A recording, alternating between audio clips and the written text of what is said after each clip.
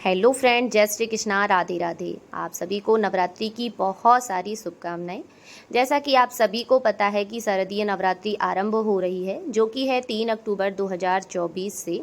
उस दौरान सभी भक्तगण माता की उपासना अर्थात माता को प्रसन्न करने के लिए अपनी सामर्थ्य अनुसार जप तप व्रत पूजा पाठ आदि करेंगे।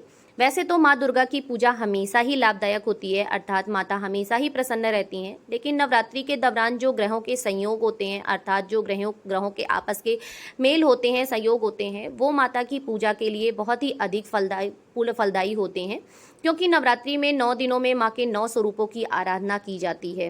वैसे तो सच्चे हृदय से आप माता की किसी भी प्रकार से पूजा अर्चना करें और उन्हें कोई भी भोग लगाएं, माता हमेशा ग्रहण करती हैं उस भोग को, उस पूजा को। लेकिन माता के 9 स्वरूपों को 9 अलग प्रकार के प्रिय भोग जो हैं, जिससे लगाने से आपकी सभी मनोकामनाएं पूर्ण होंगी, आपकी बुद्धि में बढ़ोतरी होगी, आपकी धन संपदा में वृद्धि होगी।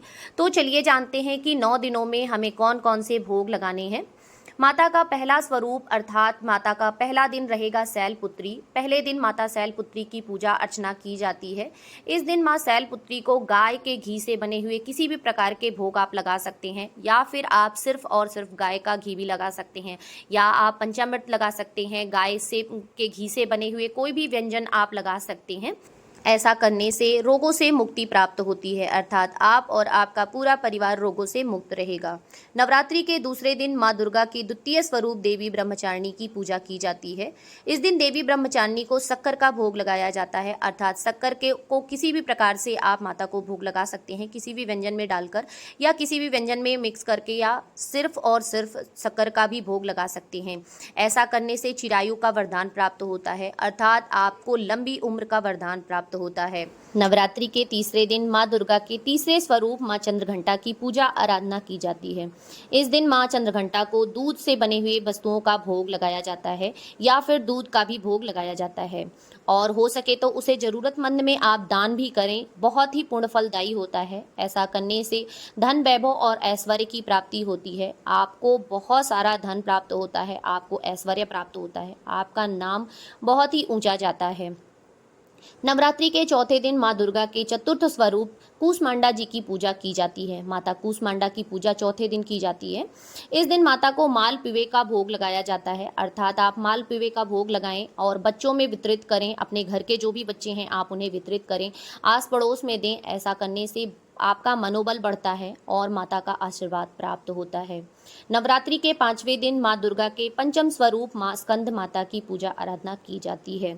इस दिन माँ भवानी को केले का भोग अवश्य लगाएं। केले का भोग लगाया जाता है। ऐसा करने से कहते हैं बुद्धि का विकास होता है और आपके कैरियर में बहुत अच्छी सफलता प्राप्त होती है, अर्थात आपके व्यापार, आपकी नौकरी आदि में बहुत अच्छी सफलता आपको प्राप्त होगी। नवरात्रि के 6वें दिन माँ दुर्गा के षष्ठम स्वरूप माँ कात्यायनी की पूजा आराधना की जाती है।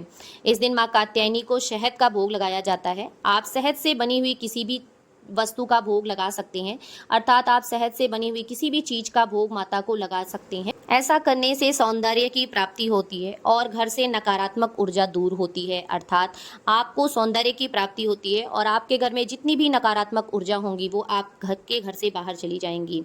नवरात्रि के 7वें दिन माँ दुर्गा के सप्तम स्वरूप कालरात्रि की पूजा की जाती है। इस दिन माँ कालरात्रि को गुड़ से निर्मित भोग अर्पित करने चाहिए, अर्थात गुड़ से बनी हुई किसी भी वस्तु का भोग आप माता को लगा सकते हैं। ऐसा करने से रोग शोक से मुक्ति मिलती है, अर्थात जो भी घर में रोग या जो भी बड़ी लंबी बीमारियां चली आ रही हैं उससे आपको कहीं ना कहीं मुक्ति प्राप्त होगी और परिवार के सभी सदस्य रोग मुक्त रहेंगे। नवरात्रि के 8वें दिन माँ दुर्गा के अष्टम स्वरूप माँ महागौरी की पूजा आराधना की जाती है।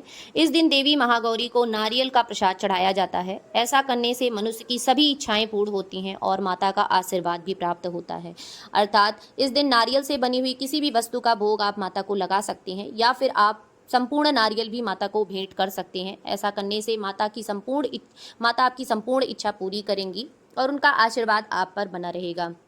नवरात्रि के 9वें दिन माँ दुर्गा के 9वें स्वरूप सिद्धदात्री की पूजा आराधना की जाती है। इस दिन मां भवानी को घर में बने हुए हलवा, पूड़ी, खीर आदि का भोग लगाना चाहिए और कंजक की पूजा आराधना करके और प्रसाद वितरित करना चाहिए। मान्यता अनुसार इसी दिन माता का हवन भी किया जाता है, अर्थात लास्ट डे होता है, आखिरी दिन होता है, तो इस दिन हवन इत्यादि भी किया जाता है। कंजक अर्थात कन्याओं की पूजा भी इसी दिन की जाती है। इस दिन आप हलवा, पूड़ी, खीर, चना आदि का भोग बना सकते हैं और सभी में वितरित करें।